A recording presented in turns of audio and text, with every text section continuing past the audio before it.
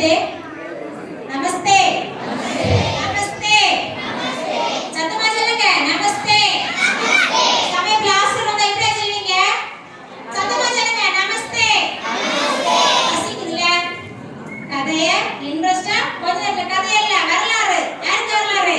ஒரு ஆளுக்கு வரலாறு நம்ம இப்ப படிக்க போறோம். சரியா? அதை எல்லாம் தெரிஞ்சுங்க. நல்ல ஆர்வமா உட்காருவீங்க. சரியா படிப்போமா? பாரத நாடு பழம்பெரும் நாடு. இந்த பழம்பெரும் நாடு பல நூறு ஆண்டுகளாக யாருக்கெல்லாம்? ஆங்கிலேய கிறிஸ்தவர்களுக்கும் அந்நிய முகலாயர்களுக்கும் பல நூறு ஆண்டுகள் அடிமைப்பட்டு கிடந்தது. அடிமைப்பட்டு கிடந்த பாரத அன்னையின் அடிமை விலங்கை உடைத்தறிய பல நூறு பல்லாயிரம் இளைஞர்களும் இந்திய பாரத அன்னை பெற்றெடுத்த பிள்ளைகளும் தங்களுடைய உயிர்களை தியாகம் செய்தார்கள். உண்மைதானே? உண்மைதானே? உண்மையா இல்லையா? சும்மாவா வந்தது சுதந்திரம்? சும்மாவா வந்தது சுதந்திரம்? சுதந்திரம் சும்மாவா வந்தது? எத்தனை இளைஞர்களும் பாரத அன்னையின் பிள்ளைகளும் தங்களுடைய உயிர்களை தியாகம் செய்தார்கள். எத்தனையோ பெண்கள் தங்களுடைய கற்புகளை இழந்தனர். எத்தனையோ பிள்ளைகள் வாழ்வு என்பது என்ன என்று தெரியும் முன்பே பாரத அன்னையின் மடியில் இறந்து போனார்கள். உண்மைதானே? பாரத சுதந்திரம் அப்படித்தானே நாம் பெற்றோம். ஒருவர் ரெண்டு பேரா படித்தார்கள்? பல்லாயிரம் கொத்து கொத்தாக படித்தார்கள். எதற்காக? பாரத அன்னையின் அடிமை விலங்கை உடைத்தறிய நிறைய பேர் ஒர்க் பண்றாங்க. நீங்க சொல்லுங்க பாப்போம். ஒரு 10 பேருக்கு சுதந்திர போராட்ட வீரர்கள் 10 பேருக்கு பேர் சொல்லுங்க பாப்போம். இவ்வளவு ஸ்லோவா எல்லாம் வந்தா பாடம் இன்ட்ரெஸ்டா இருக்கு. ஸ்பீடா வரணும். நம்ம எங்க படிக்கிறோம்? மெக்கானிக் கல்வித்திறத்தை படிச்சுட்டு வீட்டுல உட்காரல. எங்க படிக்கிறோம்?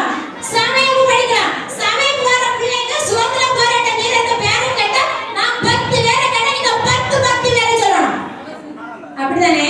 ஸ்பீடா சொல்லணும். சொல்லுங்க. படிக்காத குமரன், வாஜிநாதர், பகத்சிங், ஜான்சி ராணி, வஉசி எக்ஸெட்ரா எவ்வளவு சொல்லிட்டே போலாம். அப்படிதானே? அப்படிப்பட்டவங்கள சீக்கிய வம்சத்துல பிறந்த ஒரு ஆளை தான் நம்ம இன்னைக்கு படிக்க போறோம்.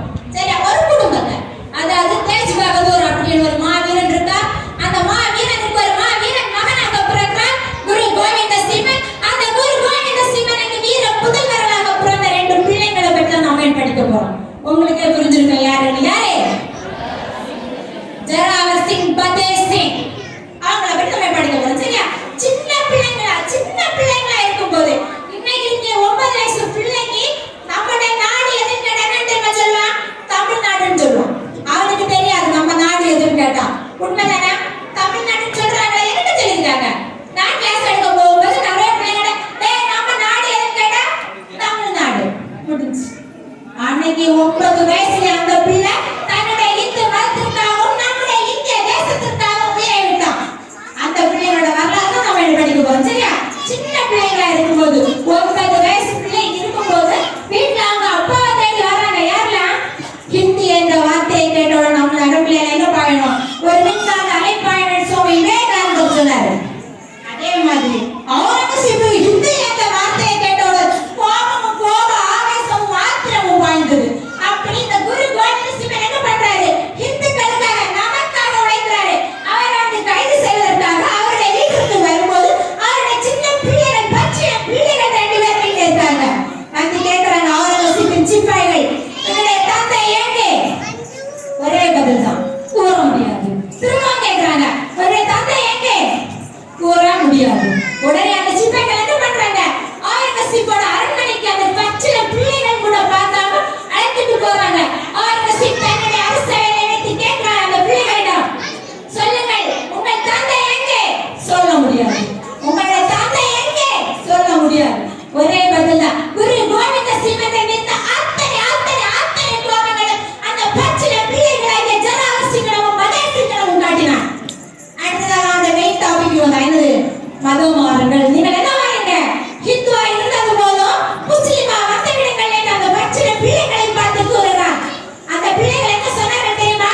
ஹிந்துவாக பிறந்து ஹிந்துவாகவே இருப்ப எக்காரணத்தை கொண்டு மதம் மாற மாட்டோம். சொல்லுவாங்க நம்பலாம்? கண்டிப்பா நம்பலாம்.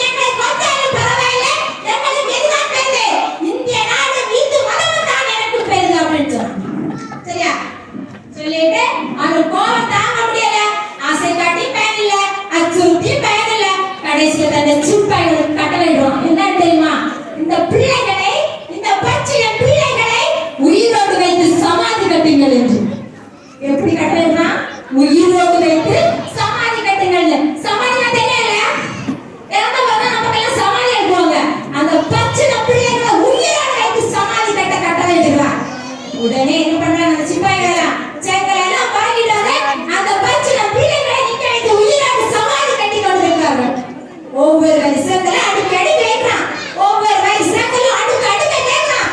எப்படி இப்ப மதக்காரியா முஸ்லிம் மதத்துக்கு வந்துட்டியா, இப்ப நீ சம்மதித்தாலும் உன்னை நான் உயிரோடு விட்டு விடுகிறேன் என்று சம்மதித்தார்கள் அந்த பச்சிளம் பிள்ளைகள்.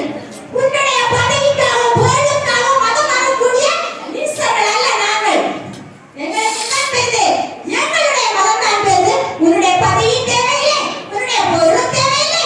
இந்து மதத்திற்காக நான் இருப்பதில் நாங்கள் பெரும் பாக்கியமாக கருதுகிறோம் அப்படின்னு சொன்னாங்க. ஒவ்வொரு செல்லாக்கள் அவருக்கு கோபம் அதிகரிச்சுட்டே போகுது. இந்த பிள்ளைகளுக்கு செங்கல் ஒவ்வொரு நல்ல வயது வயது வயது வயது வரும்போது இளையவனான பதேசிங்க கழுத்தளவு வருது. என்னது? செங்கல். உயிரோடு கட்டி எழுப்பப்பட்ட சமாதி எது வருது? பதேசிங்கோட கழுத்தளவு வருது. அண்ணன் அழுறா கண்ணே மடை திறந்த வெள்ளம் போல கண்ணு பெருகி வருது. என்னது? கண்ணீர். அப்ப வந்து கேட்கிறான், தம்பி அடே ஜராசிங்க அண்ணா, நீ எங்க பிறந்தனே? குரு கோவிந்த சிம்மனின் பிள்ளை நீ ஏனோ கோலை போல மரணத்தை கண்டறிஞ்சு இப்படி அழுகிறாயே, உனக்கு வெட்கமாக இல்லையா? உன்னை அண்ணன் என்று கூற எனக்கு வெட்கமாக இருக்கிறது. வேண்டாம் வேண்டாம் என்று கூறுகிறான். யாரு? தம்பி பதேசி. அப்ப சொல்றான் பையே ஜராசிங்க, என்னது? தம்பி நான் ஒன்னா மரணத்தை நினைச்சு அழல, எனக்கு பின்னாடி பிறந்தவன் நீ.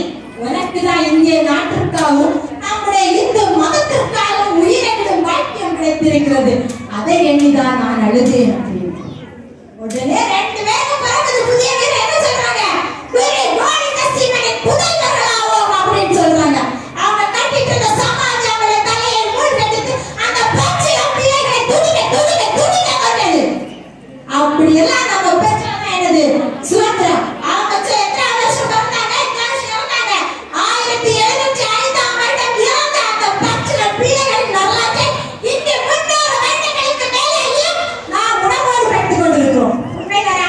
இந்த பகத்சிங் ஜராசிங் கதையை கேட்கும் போது நம்ம ஒவ்வொருடைய முடியும் ஒவ்வொரு மயிர் நடந்து புல்ல இருக்கிறது. அழைக்கிறதா இல்லையா?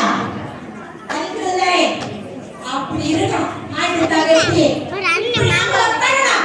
இந்த மதத்திற்காகவும் இந்திய சமயத்திற்காகவும் ஜராசிங் பதேசிங் போல நம்ம செய்யணும்.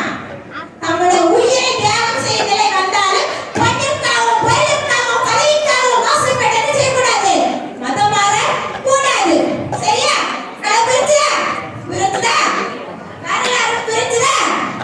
ஜராசிங் பதேசிங் கதை உங்கள் அத்தனை பேருக்கு புரிந்ததா? கேள்வி பதில் போலாமா? சரி, ஜராசிங் பதேசிங்கின் தாத்தா யார்? குரு கோவிந்த சிம்மன். குரு கோவிந்த சிம்மனின் தந்தை யார்? தேஜ் பகதூர். தேஜ் பகதூரின் பேர பிள்ளைகள் யார்? ஜராசிங் பதேசிங். வெட்கம் வெட்கம் என்று கூறியவன் யார்? பதேசிங். குரு கோவிந்த சிம்மனின் புதல்வர்களாவோம் என்று கூறியவன் யார்? ஜராசிங் பதேசிங். சரியா? அது புரிஞ்சா? இன்னும் ஒரு விஷயம், நம்ம வீட்டு அட்டை வீட்டுக்காரன் சொல்லுவோம் மதம் மாற்றத்துக்கு பிள்ளை நல்ல ஒரு சம்பந்தம் இருக்குது, ஆனா சர்ச்சில் வந்தாலும் கெட்டி வைக்கணும். பாத்தீங்கன்னா